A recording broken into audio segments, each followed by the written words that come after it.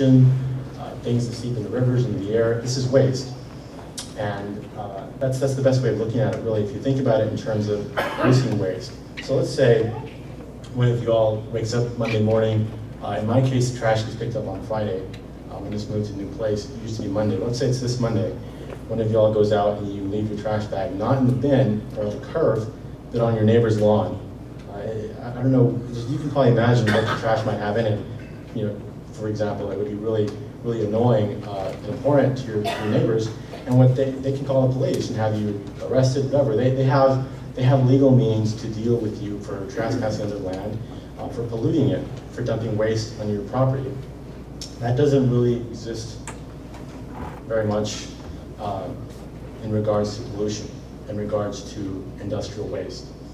And it didn't used to be that way, because since we recognize that this is waste that's being produced, that's pollution is waste, that's the best starting point, because in the same sense that you can't just go and dump your garbage on your neighbor's lawn, I can't just go and build a factory and dump that, whatever waste I produce, wherever I want either. We're not talking about social efficiency, we're not talking about social good, we're talking about property rights. Who owns what? Whose property rights will I violate? And what's curious about this is there's an economist named Walter Block, who I borrowed heavily from for this section especially, because he went through in a paper he wrote, he gave a history of waste, and especially industrial waste, and how it was handled in earlier America between the 1820s and 1840s.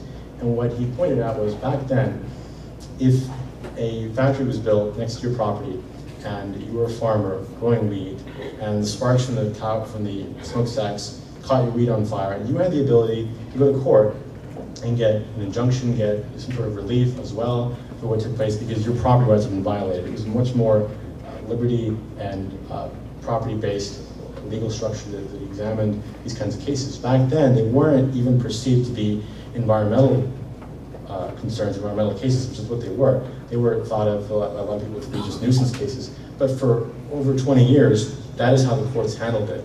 In some cases, you could be a housewife who'd have her laundry polluted, or factory. You had a way of getting some sort of relief. Now, that wasn't crazy people saying, you know, I feel that the factory next door is polluting something in the air, and therefore it is in some way violating nature and me. I need injunction relief, give me some money. It was strictly property rights. And so what that means is the person who is suing, who's saying, you're violating my property, the burden of proof is on them. They have to prove how. And so what that did over 100 years ago, which is hard for me to imagine at first, but actually it did begin to occur. There was an incipient forensics industry to do just that, to track down and figure out, all right, who is responsible for the waste?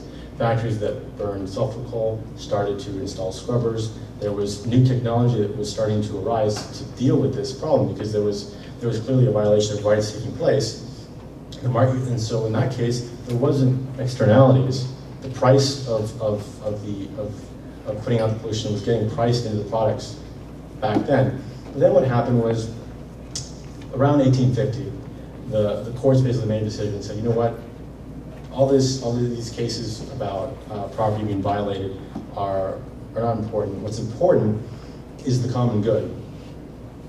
And the common good dictates that America should have rapidly growing industry. And that means that they shouldn't be burdened with having to develop new technology or new ways to deal with waste. Back then, producers and people who used coal a lot were starting to move towards anthracite coal, which is much cleaner, much lower in sulfur.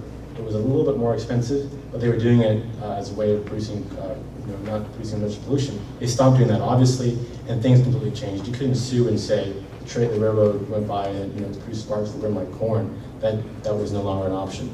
So from that point on until about 1970, we operated on the common good. And in 1970, around that time, this is when the quotes I showed you, Schumacher, some of those people, that's when the environmental movement, in the modern sense, really took off. And unfortunately, it didn't say, we've been working this wrong way for 120 years. Let's go back to a property rights approach.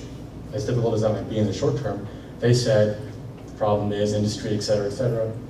And so they used the same monikers that we used before. They said the common good dictates that we find solutions. And we embarked back then on a course of essentially just command and control, environmental regulation after regulations, and then the businesses have to start sending tons of lobbyists to fight, and that basically bred our modern era.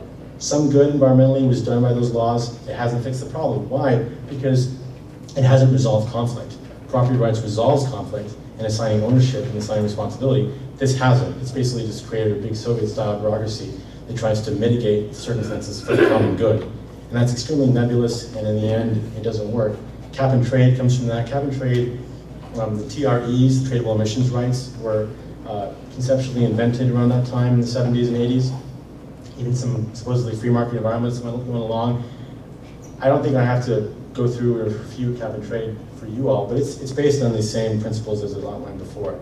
And it's essentially, as some economists have said, cap and trade is like saying, we'll prevent crime in society, we'll prevent theft by taxing the thieves. If someone breaks into your property and steals your things, your belongings, we'll make sure we tax them somehow in the tax code as a way to prevent crime. And it doesn't work.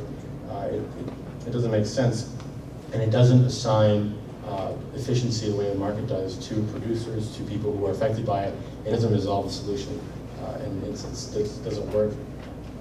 I don't think in the present in America we're going to see that happen, but there's people who want it to happen. There's people who bought into this vision that we talked about, and they see it as the next step. But cap and trade is no different than any of the other socialist policies that are being propounded day in, day out. Lastly, new technology.